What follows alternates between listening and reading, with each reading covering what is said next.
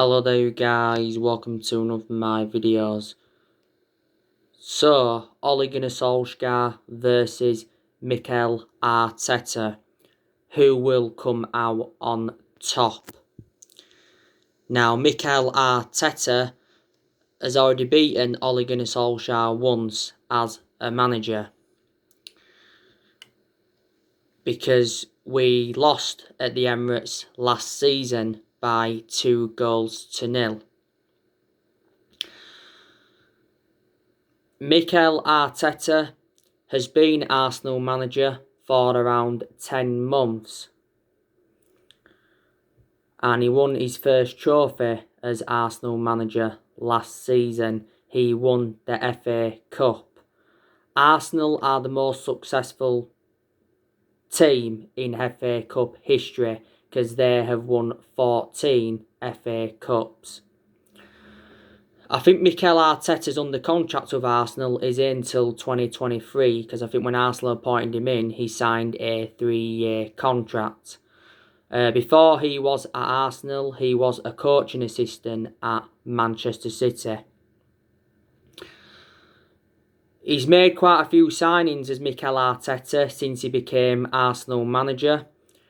In the summer transfer window, Arsenal brought Willian in, they brought Gabriel Magalhaes in, and they also brought Thomas Partey in.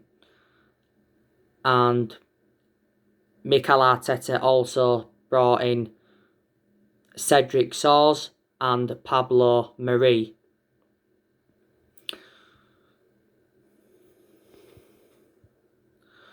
But Arsenal do look a much better team under Mikel Arteta than they did under Unai Emery. They was very, very poor under Unai Emery. When Unai Emery was at Arsenal, he did make quite a few signings. Unai Emery brought Kieran Tierney in. He brought David Luiz in. He brought William Saliba in. He brought Dani Ceballos in. And he brought Nicolas Pepe in.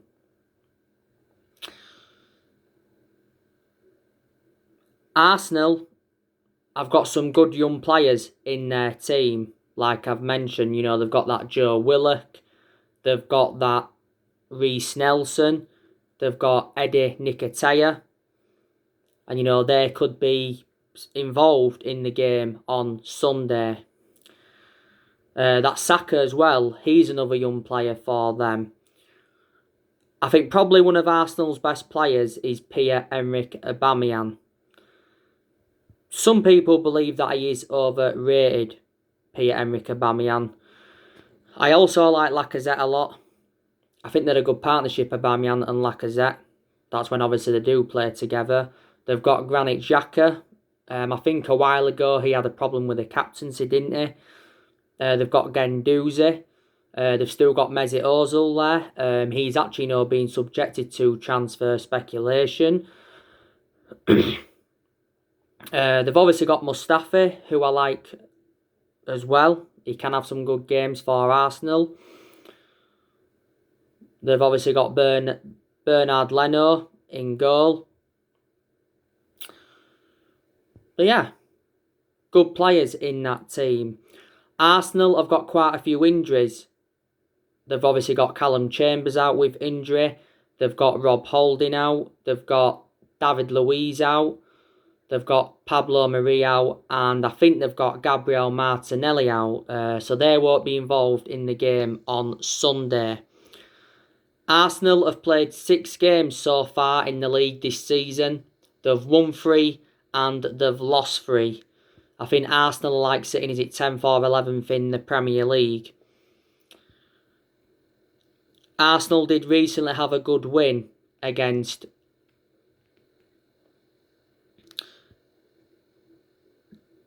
what's the team called now? Is it Dundalk or something like that? But they did beat them by 3-0. Arsenal have also let good players go over the years. Like I mentioned, they let Robin Van Persie go. They let Alexis Sanchez go. They let Aaron Ramsey go. Aaron Ramsey enjoyed a good 11 years with them. They also let Jack Wilshere go, Samir Nasri, Olivier Giroud. Was it last year? Koscielny left Arsenal. Lichtsteiner left Arsenal, and I think Danny Welbeck also left them. They actually got Danny Welbeck from us. Did Arsenal.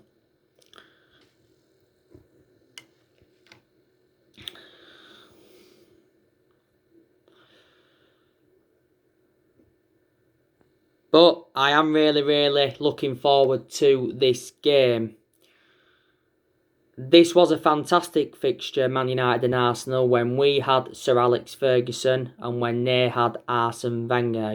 Ferguson endured 27 years at Manchester United and Wenger endured 22 years at Arsenal. They are the two longest serving managers in English football. It always was a title decider, Man United and Arsenal, when we had Ferguson and when they had Arsene Wenger. I think probably Wenger had around 12 good years out of the 22 years he was with Arsenal. Arsenal have not beaten us at Old Trafford in the Premier League since 2006, so that's over 14 years ago now. This fixture at Old Trafford last season was 1-1.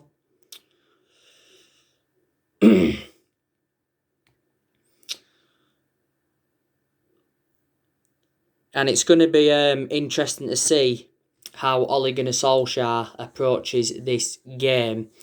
I give you my reaction to his press conference earlier on today.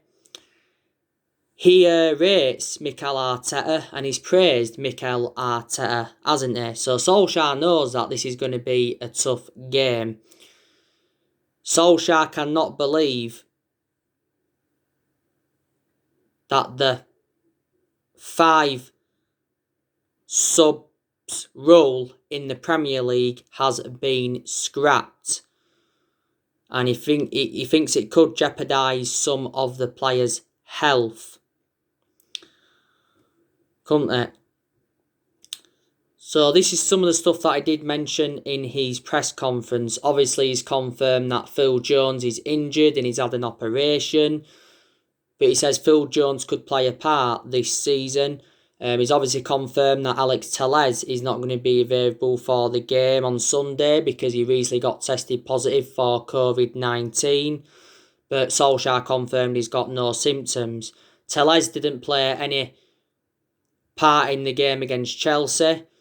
And he was absent from the squad against Leipzig, wasn't he? But I think Alex Telles is going to be a very good signing for Manchester United. Romero, Solskjaer confirmed that he's been back in training. As you all know, Romero wants his contract terminated. Ollie did obviously mention Paul Pogba in the press conference.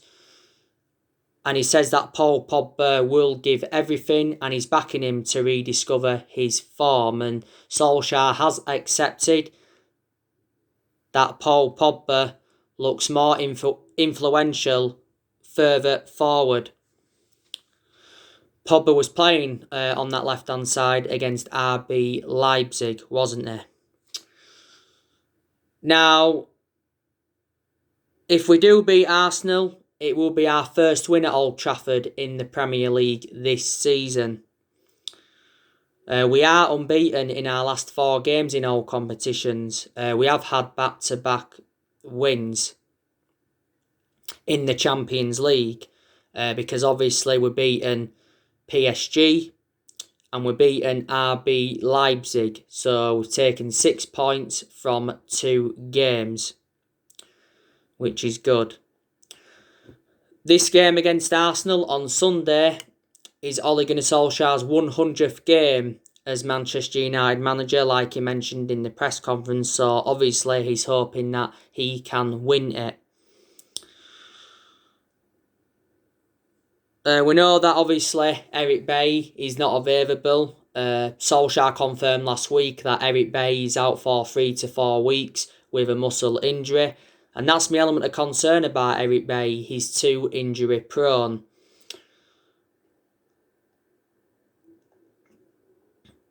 Martial's obviously not available because he's got one game to serve, and then he's obviously suspension's up. Martial did get sent off in our 6-1 defeat to Tottenham, but really he shouldn't have been sent off, should he? But he was. Phil Jones isn't available, like I said. So yeah, we're gonna be without like 5 players. Lingard, he's been out with a knock. I do think that Ollie will make changes from the 5-0 win against RB Leipzig. Earlier on today, I give you my starting 11 prediction. I think Edison Cavani will start for Man United. If he does start, that will be his full Premier League debut for the club. Edison Cavani did very, very well when he came on against Leipzig. He did well when he came on against Chelsea on his Premier League debut and almost scored with his first touch. We got Edison Cavani on a 3 transfer. And he signed a 2-year contract with the club worth 220 grand a week. Edison Cavani is our new number 7, and I've already said he will be the next Zlatan Ibrahimovic. Donny van der Beek, now I'm hoping he can make his first start in the Premier League. You know, Donny van der Beek started in the game against RB Leipzig. He was playing in that number 10. And he was very, very good. I thought his awareness in tight spaces was good. He dictated the play well, and his defensive contribution was good. And I'm expecting to see a lot more from him. Solskjaer was talking about Donny van der Beek prior to the RB Leipzig game. And he said that he's going to play a big part this year and he's going to be an important player. And Solskjaer's obviously explained why he hasn't been playing much, because he obviously is trying to find Donny van der Beek's best position, because he can play in like 3 different roles. But I think his predominant position is box to box. Don't forget Patrice Evra-Neville recently criticised, and Solskjaer responded to the criticism over the use of Donny van der Beek. He wears the number 34 shirt. We got him for £40 million from Ajax. Donny van der Beek signed a 5-year contract with the football club with an option of a further year. Now, I'm expecting Rashford to start this game on Sunday. Marcus Rashford has really, really improved under the Ole Gunnar Solskjaer era. Marcus Rashford did score a hat-trick against RB Leipzig. That he became the second Manchester United player to score a hat-trick as a substitute. You know, Rashford also scored late on against PSG. Second time he scored late on against PSG.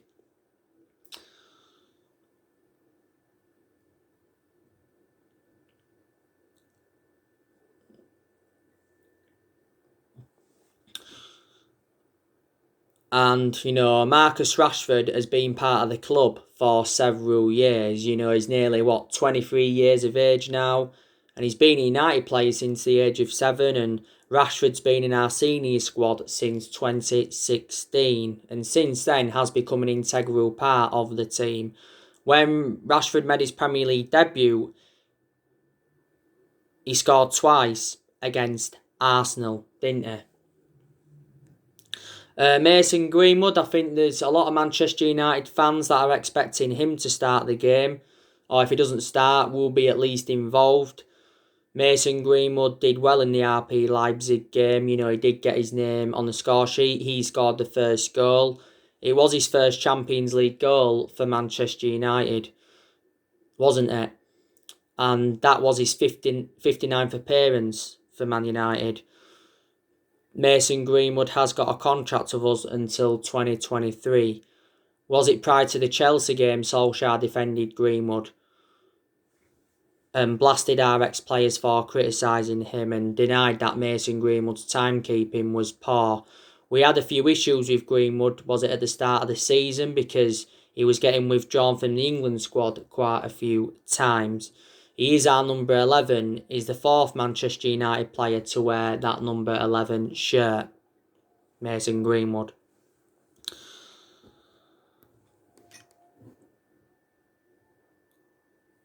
Paul Pogba, he'll probably, start the game.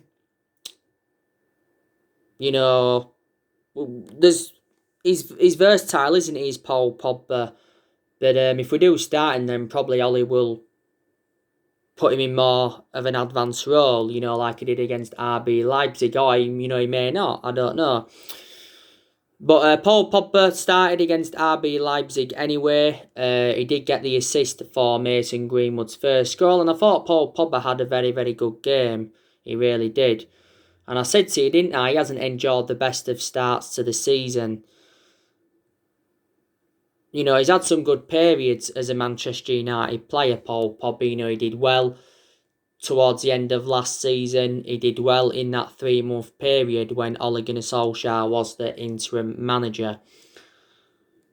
Pogba's now into his 5th season at the football club since he rejoined from Juventus. And Paul Pogba's made over 100 appearances for Man United in all competitions. He's won 2 trophies at the club, the Europa League and the League Cup. Well, you can say 3 if you want to include the Community Shield. He sustained a few injuries as well. Last season, Paul Pogba was out with an ankle injury. So for the vast majority of last season, didn't really have a perception on him. Now, there is a lot of uncertainty regarding his future, Paul Pogba's. These Man United fans that have expected him to leave next summer. A few weeks ago, Pogba made an admission saying that one day his dream is to join Real Madrid. And he was talking a lot about Madrid and Zinedine Zidane last year, and he said that he wanted to leave Man United because he was seeking for a new challenge. Barcelona, PSG and his former club Juventus have also been in for him, and swap deals, have been on the agenda, haven't they? Paul Pogba, don't forget, recently denied that he quit the France national team, and it said, he was going to take legal action. As it stands at the moment, Pogba's our most expensive signing because we paid £89 million for him. We can cash in for him next summer anyway if he does leave, because the other week we triggered that 1-year extension on his contract. So that keeps Paul Pogba at Manchester United until June 2022. This was confirmed by Fabrizio Romano. I think Pogba's agent, Mini Raiola, at the beginning of the season said that Pogba wanted to stay. That was during the summer, and he mentioned that he will hold talks over a new long-term contract. We said the other week that we're not going to break our wage structure to keep Paul Pogba at Old Trafford, so we're not willing to pay him what we paid Alexis Sanchez. Pogba at the moment is on around 290 grand a week at the football club, isn't he? So there you go. Bruno Fernandes, do you think he'll be involved in the game on Sunday? Ollie won't play Pogba, Fernandes and Van der Beek in a midfield trio. He won't do that. So he's got decisions to make, really, Ollie, in that midfield. Like I said, if Donny starts, he'll start ahead of either Bruno Fernandes or Pogba. That's what I think will happen anyway. But Bruno, he's done very well at Manchester United so far. He's enjoyed around 9 months at the football club.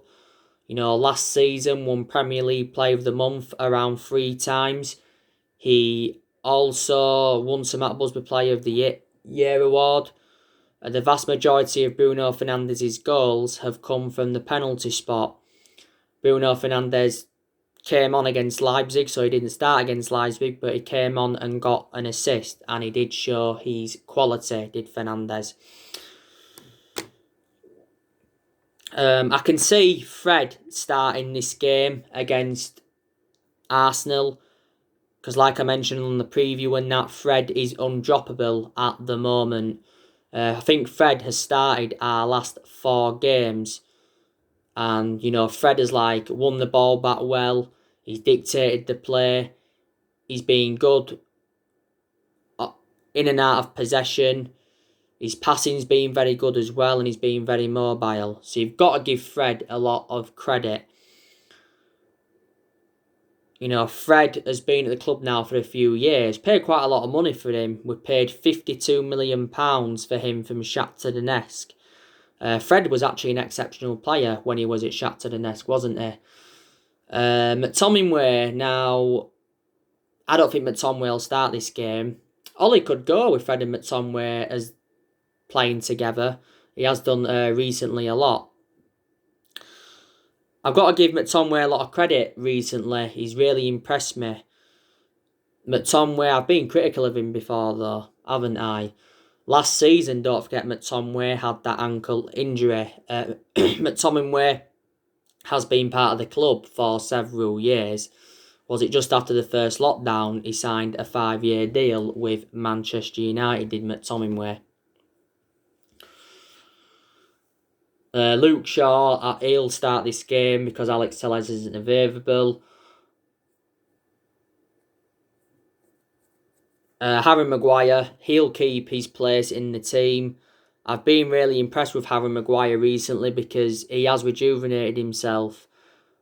Maguire. He had early season troubles, didn't he? But it's good that he's bounced back. He's our captain. He's the most expensive centre-half in the world at the moment because we got Harry Maguire for £80 million.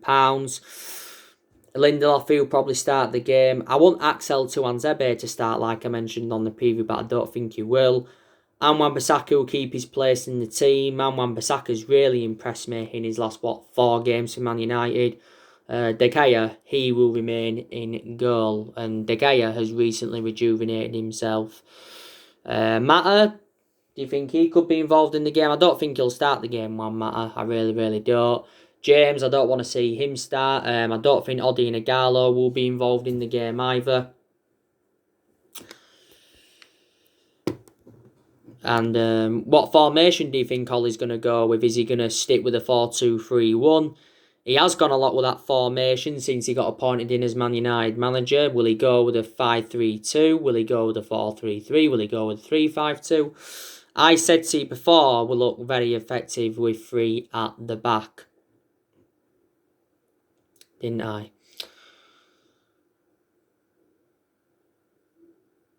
But I've got to say, Ollie deserves a lot of credit because I think he showed tactical flexibility in a lot of the big games. Obviously, Solskjaer's beaten Julian Nagelsmann.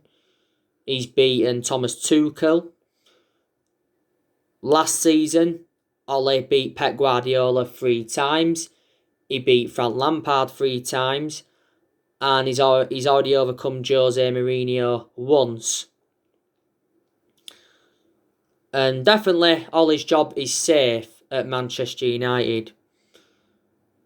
Obviously, a few weeks ago, though, his job wasn't safe.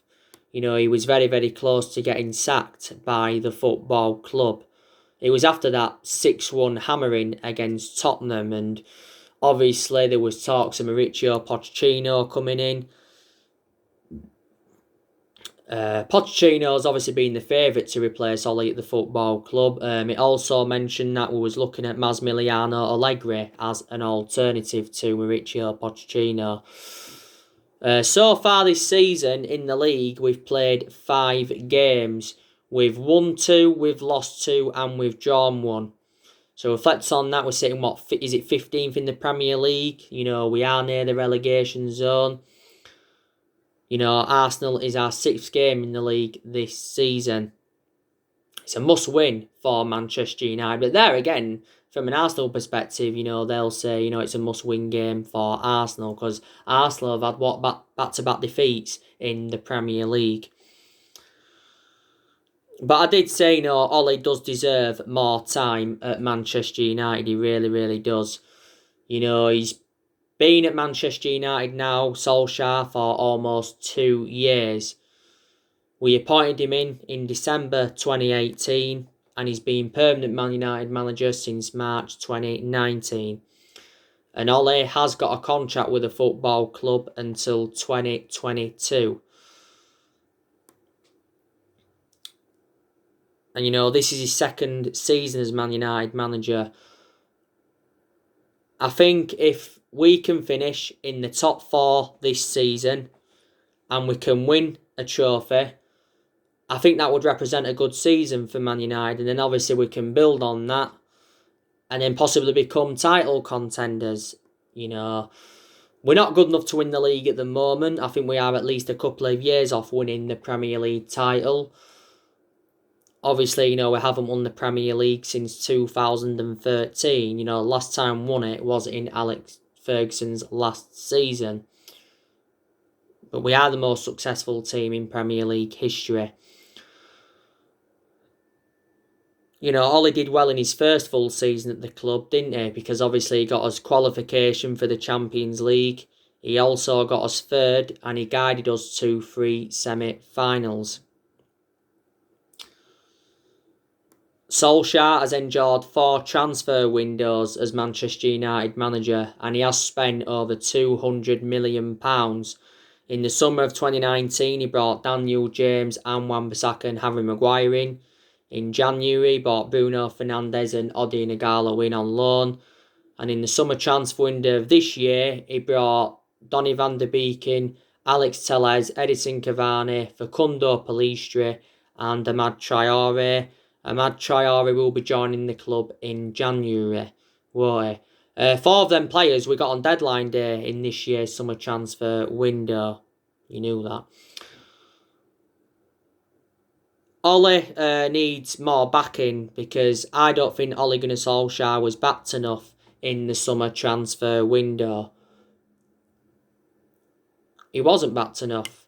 And we missed out on all of Ole Gunnar Solskjaer's priority targets and we missed out on a lot of targets in general. We've been critical of the board anyway for several years, reflecting how poor our recruitment policy's been. You know, Woodward's been at the club since 2012 and the Glazers have been at the football club since 2005. You know, you can say that Matt Judge is also accountable for some of the failure of transfers. Matt Judge has been at the club now around 7 years or so. He's been a transfer negotiator since 2016. But we're making plans already for next year.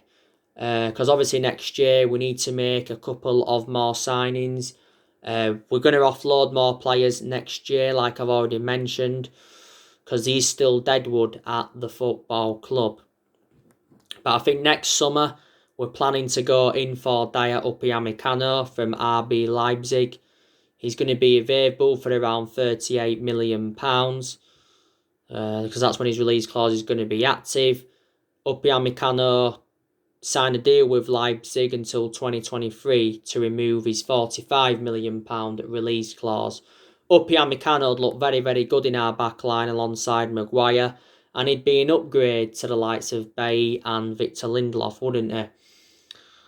And Adama Traore, it says that we could go in for him in January.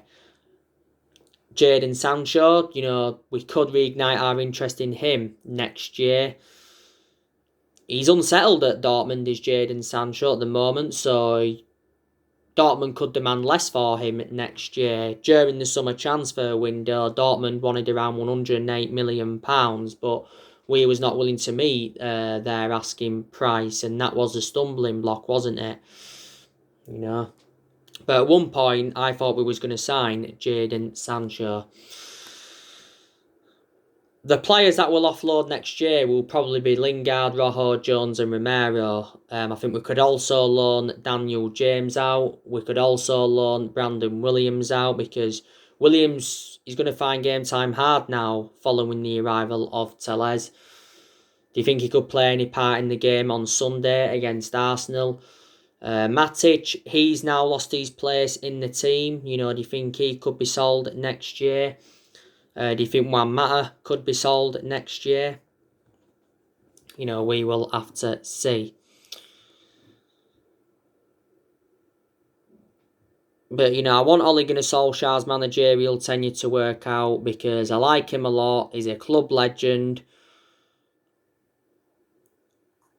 So we shall see what happens. Hopefully we can build on that 5-0 win against RB Leipzig. You know, we've had good periods under Ole before. Because at the second part of last season, went on a 19-game unbeaten run in all competitions. Went on a 14-game unbeaten run in the Premier League. We did well in that 3-month period when Solskjaer was the interim manager as well, didn't we? And Ollie is our 4th permanent manager since the Sir Alex Ferguson era. You know, we've seen Moyes and Van Gaal and Mourinho sacked since Ferguson. But I said to you anyway, we haven't really got the structure to keep sacking managers. By the way, Nobby Stiles has died at the age of 78 from a long illness. He's a former Manchester United midfielder. And I think he won the World Cup with England back in 1966. You know, that has been confirmed. So anyway, guys, that's everything to update you today. Drop me comments, likes below on the channel. If you do, consider subscribe as always. And take care. God bless. See you all again very, very soon.